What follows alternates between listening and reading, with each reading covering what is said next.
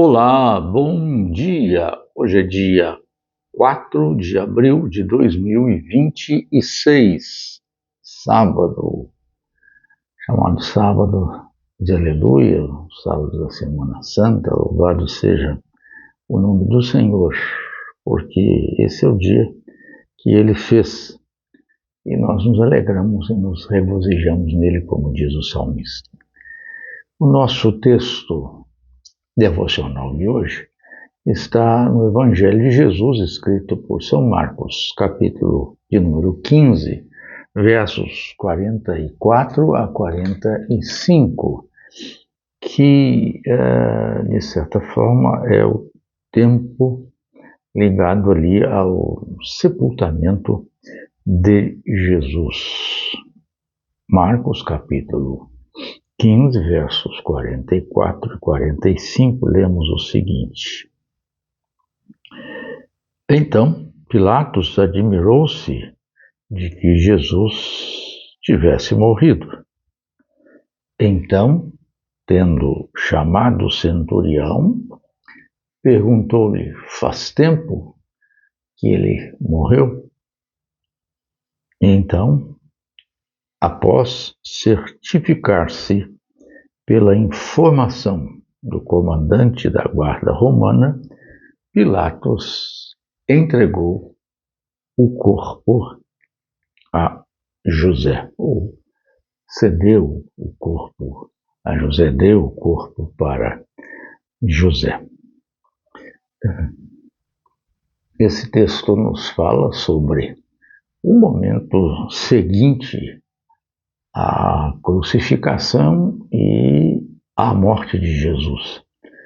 Sabemos que na crucificação, quando crucificado, o Senhor Jesus proferiu algumas sentenças, chamadas palavras, frases, ali na cruz, como hoje estarás comigo no paraíso, está consumado, e são 7. E após então ter dito está consumado, pendeu a cabeça e entregou o espírito, ou seja, morreu. Isso é muito interessante. Primeiro, pergunta de Pilatos: faz tempo que ele está morto? Faz tempo que ele morreu? Porque a morte por crucificação, mesmo que extremamente torturante, aflitiva, era relativamente demorada. Jesus havia sido submetido a sofrimentos atrozes ali, com espancamentos, açoites, etc. E isso, é claro, havia minado a sua resistência, perdido muito sangue e o havia debilitado bastante. Então, daí a admiração de Pilatos. Mas o fato é que não há dúvida com relação à morte de Jesus. Pode haver com relação, alguém diz assim, à ressurreição, etc., mas com a morte ninguém duvida. Bom, não é bem assim. A dúvida há porque pessoas entendem que ele, na verdade, não morreu. Ele tinha um conhecimento adquirido nos dias daquela parte do lapso ali, da sua mocidade, de 13 a 12 a 30 anos, quando ele então vai para a região da Índia e ali conhece as técnicas de respiração, de indicação de supressão da sua condição de vida, parecendo estar morto e etc. etc. Então ele teria simulado a sua morte, apenas entrando num estado meio que suspenso. E aí então ele desce da cruz, é posto naquele ambiente mais fresco ali do túmulo, e aí então recupera as forças e consegue sair. É uma coisa estranha, mas isso aí tem sido sustentado por algumas pessoas ao tempo antigo e até ainda nos dias de hoje. que ele não teria morrido. Morreu. No fato esse, Jesus morreu mesmo. A morte é inegável. Ele não entrou, ele não desmaiou, não sofreu um ataque cataléptico, nada disso. Morreu. Segundo aspecto, substituição. Isso é interessante, porque no Corão há uma ideia de que Jesus teria sido substituído, ou seja, Deus não ia permitir que o seu profeta sofresse uma humilhação tão grande como a de Jesus. Então houve uma mudança de pessoa. Ele, na verdade, não foi crucificado, mas uma outra pessoa assumiu o seu lugar. E então Deus teria mudado as feições de Jesus e crucificaram uma outra pessoa. Não, também não. O fato é que Jesus morreu. Morreu e morreu mesmo. Então não há dúvida, não há substituição. Mas qual a importância desse fato dele ter morrido, de Pilatos ter lá buscado verificar se realmente ele tinha morrido, para então entregar o corpo a José de Arimateia? Bom, a importância desse relato, desse registro, é que fica assentada a sua humanidade. O fato de ele ser um de nós, de ser alguém que, como qualquer ser humano, estava sujeito à morte e foi submetido a ela.